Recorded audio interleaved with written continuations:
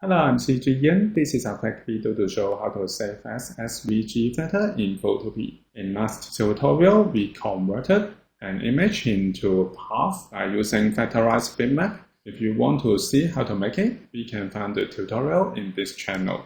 Now we can see that we have the two paths for the Photopea vectors and the Photopea logo.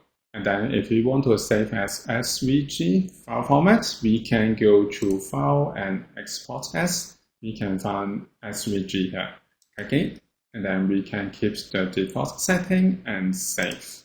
Next, we can choose the file location and then we can save as SVG.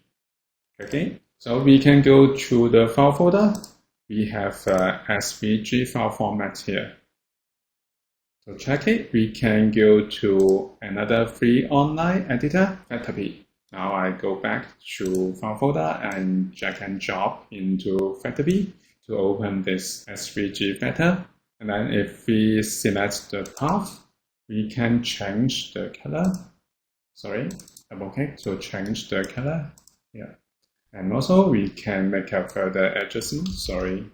I select the path and make a further adjustment for the path and change the shape here. So this is how we can save as SVG vector in Photopea.